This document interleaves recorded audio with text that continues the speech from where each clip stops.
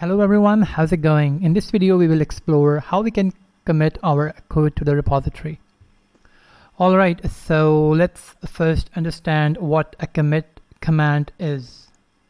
So the Git Commit command captures a snapshot of the project's currently staged changes. Committed snapshots can be thought of as a safe version of a project. Git will never change them unless you explicitly ask it to do. In the previous video, we created two files in our project and we staged our changes by using the git add command. So now we are going to commit those staged changes. Okay, to view what we have in the staging area, we are going to use the git status command. So I'm going to type a git status. So here we can see that we have two files marked with green, means they are ready to be committed. To store our snapshot in the staging area permanently to the repository, we are going to type git commit, and we are going to supply it with a meaningful message that is a short description of what our snapshot represents. So here I'm going to say initial commit,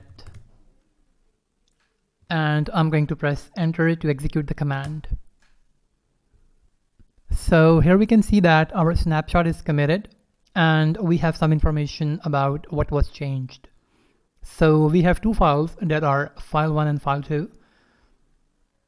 So these two files are committed and we have three insertions, which means that 3 lines were inserted. 2 lines were in file1 and 1 line is in file2. So to verify that, we can go into our projects directory. So we're in the example directory and here we can see we have 2 files. So I'm going to open file1. And after opening file1, we can see that we have 2 lines in file1 and we have 1 line in file2. So that means we have 3 insertions. Okay, so if we run git status one more time, so I'm going to type git status. We can see that our working directory is clean and we don't have any changes in the staging area because we have committed our changes from staging area to the repository where they are stored permanently. So this says that we have nothing to commit and we have a clean working directory.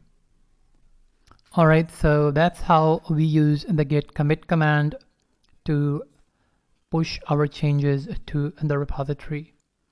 Alright, so that's it for this video, and in the next video we will explore some more concepts.